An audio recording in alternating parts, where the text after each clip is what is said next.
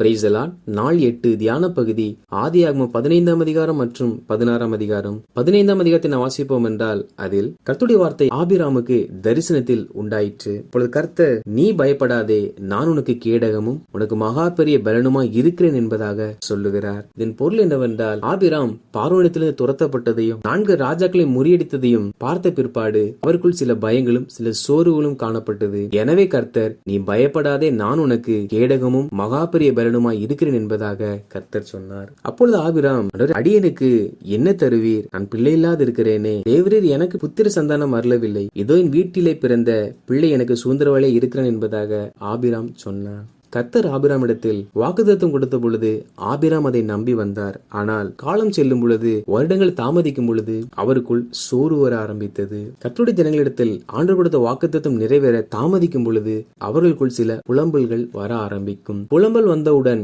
கர்த்தருடன் நம்மை தண்டித்து கோபித்து நம்மை விட்டு விலகிவிட மாட்டார். ஆபிராம் சோர்ந்து போன போது கர்த்தர் என்ன செய்தார் என்றால், கர்த்தர் ஆபிராமை நோக்கி, வீட்டில் உள்ள வேலைக்காரனுடைய மகன் ஒரு நாளும் உனக்கு சுதந்திரவாதி அல்ல, உன் கர்ப்ப பிறப்பாய் இருக்கிறவனே உன் சுதந்திரவாளி என்பதாக சொல்லி ஆபிரகாமை கர்த்தர் வெளியே அழைத்து வந்து வானத்தை அண்ணாந்து பார்த்து, நட்சத்திரங்களை என்ன உன்னால் கூடுமானால் அவைகளை எண்ணி உன் சந்ததி எவ்வளவா இருக்கும் என்பதாக சொன்னார். வானத்தின் நட்சத்திரங்களை ஒருவராலும் எண்ண முடியாது. விஞ்ஞானம் வளர்ந்திருந்தாலும் இத்தனை நட்சத்திரங்கள் இருக்கிறது என்ற ஒரு எண்ணிக்கை இன்று வரை விஞ்ஞானிகளிடத்திலும் இல்லை. காரணம், அவைகள் எண்ணிக்கைக்கு அடங்காதவைகள். கர்த்தர் ஆபிரகாமை அழைத்து அதை காண்பித்து உன் சந்ததி எவ்வளவாய் பெருகும் என்பதாக சொல்லியிருக்கிறார். நாம் புலம்பும் பொழுது கர்த்தர் நம்மை கடிந்து கொள்ளாமல் அந்த புலம்புதலை மாற்றும்படிக்கான வார்த்தைகளையும் தரிசனங்களையும் நமக்கு காண்பிப்பார். காரணம், அவரே நம் உணர்வுகளை புரிந்து கொள்ளுகிற ஒரு நபர். கர்த்தர் சொன்ன வார்த்தைகளை ஆபிரகாம் விசுவாசித்தார். அதை தேவன் அவருக்கு நீதியாக எண்ணினாராம். வார்த்தை அநேகமாய் வெளிப்பட்டாலும் அதை விசுவாசிக்க வேண்டும்.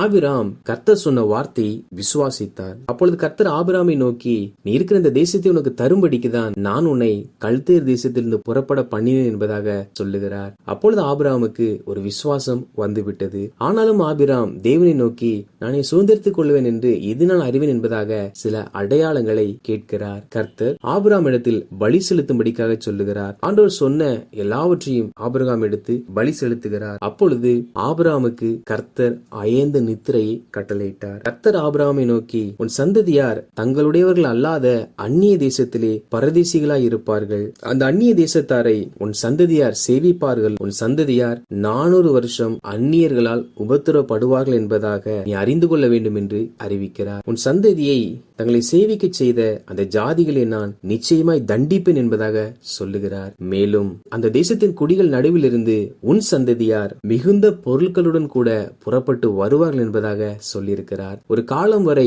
அவர்கள் சேவிக்கிற அடிமைகளாய் இருந்தார்கள். மறுகாலத்தில் நான் அவர்களை அந்த தேசத்திலிருந்து மிகுந்த பொருட்கள் உடையவர்களாக புறப்பட பண்ணுவேன் என்று கர்த்தர் அந்த சொப்பனத்தின் மூலமாக ஆபிரகாமுக்கு வெளிப்படுத்தினார். மேலும் கர்த்தர் ஆபிரகாமிடத்தில் 4ஆம் தலைமுறையில்தான் உன் சந்ததியார் இந்த இடத்திற்கு திரும்பி வருவார்கள் என்பதாக சொல்லுகிறார். காரணம் என்னவென்றால், அந்த தேசம் அப்பொழுது எமோரியர்கள் கையில் இருந்தது. அவருடைய அக்கிரமங்கள் இன்னும் நிறைவாகவில்லையாம். அதாவது ஆண்டவர் அந்த தேசத்தை இஸ்ரவேல் ஜனங்களுக்கு வாக்கு பண்ணினார். ஆனால் கர்த்தர் அதை உடனே அவருடைய கரத்தில் கொடுக்க முடியாது. காரணம், அந்த தேசத்தில் அப்பொழுது எமோரியர்கள் வாழ்ந்து வந்தார்கள். அவர்கள் அக்கிரமக்காரர்களும் பொல்லாதவர்களுமாய் இருந்தபடியினால் கர்த்தர் அவர்களை தண்டித்து அவர்கள் அந்த தேசத்தை விட்டு புறக்கணித்து அந்த தேசத்தை ஆபிரகாமின் சந்ததிக்கு கொடுக்க அவர் பிரியமுள்ளவராய் இருந்தார். எனவே கர்த்தர் அதை தெரியப்படுத்துகிறார்.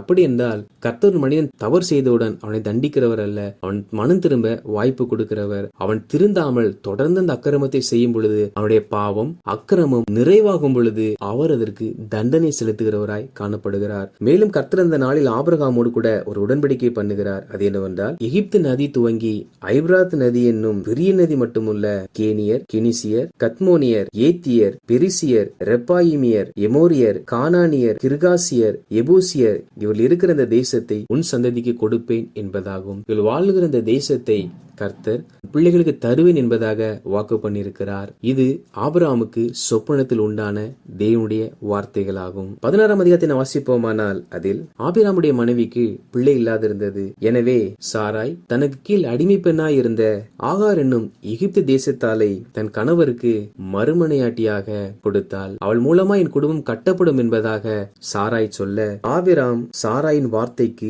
செவி கொடுத்தான். முந்தைய அதிகாரத்தில் தான் தன் பணிவிடைக்காரனுடைய மகனை தன்னுடைய சுதந்திரவாளி என்று ஆபிராம் சொல்லும் பொழுது கர்த்தர் அவன் உன் சுதந்திரவாளி அல்ல, உன் கர்ப்ப பிறப்பே உன் சுதந்திரவாளி என்பதாக சொன்னார். அத்தனை தரிசனங்களையும் வார்த்தைகளையும் கர்த்தர் காண்பித்தார். ஆனால் தன் மனைவியாகிய சாராய் அடிமை பெண் மூலமாய் என் குடும்பம் கட்டப்படும் என்று சொல்லும் பொழுது ஆபிராம் அதை எதிர்த்து பேசாமல் அதற்கு சம்மதித்தான். அப்பொழுது ஆகார் கர்ப்பம் தரித்தாள். அவள் கர்ப்பம் தரித்த பொழுது அவள் நாச்சியாராகிய சாராய் பிள்ளை இல்லாது இருந்ததை கண்டபோது அவளை அற்பமாய் எண்ண ஆரம்பித்தாள். தான் அற்பமாய் எண்ணப்பட்டதை அறிந்த சாராய் ஆபிராமோடு கூட வாக்குவாதம் செய்கிறார். ஆபிராம் ஆகாரை தனக்கு மறுமனையாட்டியாக கேட்கவில்லை, சாராய் தான் கொடுத்தாள். ஆனால் இங்கே பிரச்சனை வரும் பொழுது அவள் ஆபிராம் இடத்தில் போய் முறுமுறுக்க ஆரம்பிக்கிறாள். இன்று அநேக குடும்பங்களில் பிரச்சனை வருவதற்கு காரணம் என்னவென்றால் தேவனுடைய ஆலோசனையை கேட்காமல் தாங்களாக ஏதாவது ஒரு காரியங்களை செய்து விடுவார்கள். ஒரு காரியத்தை தேவன் சொன்ன வார்த்தைக்கு எதிராய் செய்யும் பொழுது அங்கே பிரச்சனை வரும் என்றால் அதற்கு நாம் தான் காரணிகள் ஒழிய தேவனோ அல்ல. இங்கே இந்த பிரச்சனைக்கு சாராயே முக்கிய காரணமாகும். அப்பொழுது ஆபிராம் அவள் உன் அடிமை பெண், உன் இஷ்டம் போல செய் என்று சொல்ல சாராய்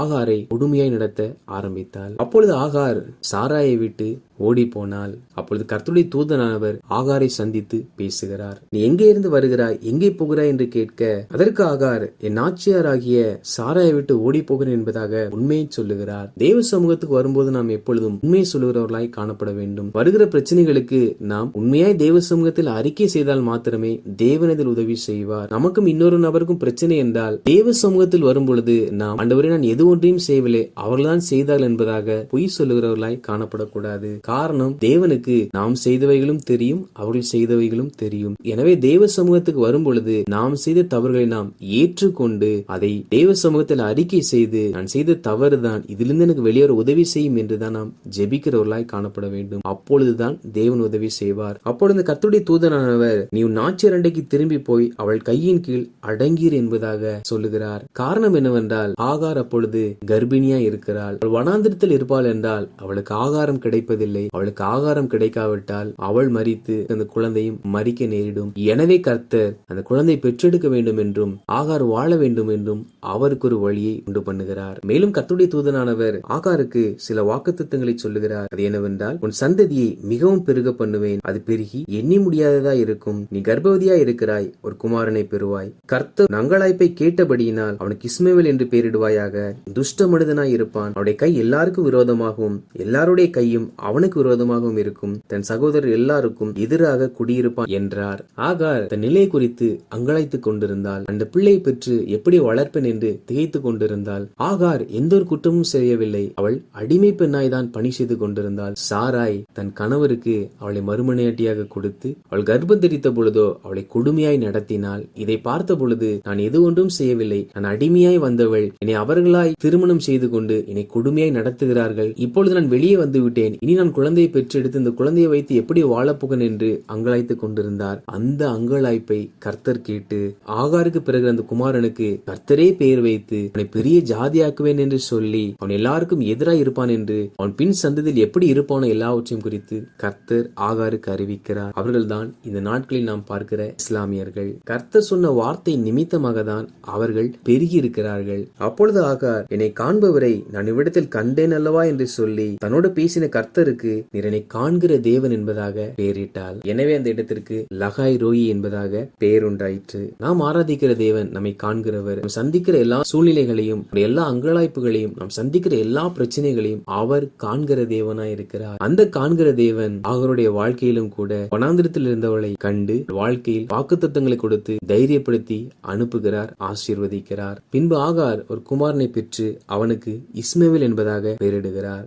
ஆகார் இஸ்மவேலை பெற்ற பொழுது ஆபிராமுக்கு 86 வயதாயிருந்தது. தேவனோரை அழைத்து 10 வருடத்திற்கு பின்பாக 11வது வருடத்தில் இஸ்மவேல் பிறக்கிறான். வாசித்த இந்த அதிகாரிகளின்படி கர்த்தருடைய ஜனங்களாகிய நாம் சர்வ வல்லமையுள்ள தேவன் நம்மோடு இருக்கிறபடியினால் எதை குறித்தும் பயப்படாதவர்களாய் காணப்பட வேண்டும். மேலும் தேவன் நமக்கு ஒரு காரியங்களை வாக்கு கொடுத்திருப்பார் என்றால் நாம் ஞானமாய் செயல்படுகிறோம் என்று சொல்லி தேவன் சொன்ன அந்த வாக்குத்தத்தத்திற்கு கட்டளைக்கு எதிராக நாமாய் ஒன்றை செய்து அதன் பின்வருகிற விளைவு நிமித்தம் வருத்தப்படக்கூடாது. எனவே கர்த்தருக்கு என்று நாம் காத்திருக்கிறவர்களாய் காணப்பட வேண்டும். காலம் தாமதமானால் நாளும் தேவன் சொன்ன வார்த்தை, தேவன் சொன்ன வாக்குத்தத்தம் நிச்சயமாய் நிறைவேறும். காரணம், நாம் ஆராதிக்கிற தேவன் நம்மை காண்கிறவர், அவர் சர்வ வல்லமை உள்ளவர். ஆண்டவரே கர்த்தர் தாமே அவர் நம்முடைய வாழ்க்கையில் வைத்திருக்கிற எல்லா வாக்குத்தத்தங்கள் நிறைவேற்றுவதற்கு காத்திருக்கத்தக்க பொறுமையை நம் ஒவ்வொருவருக்கும் தந்தருளுவாராக.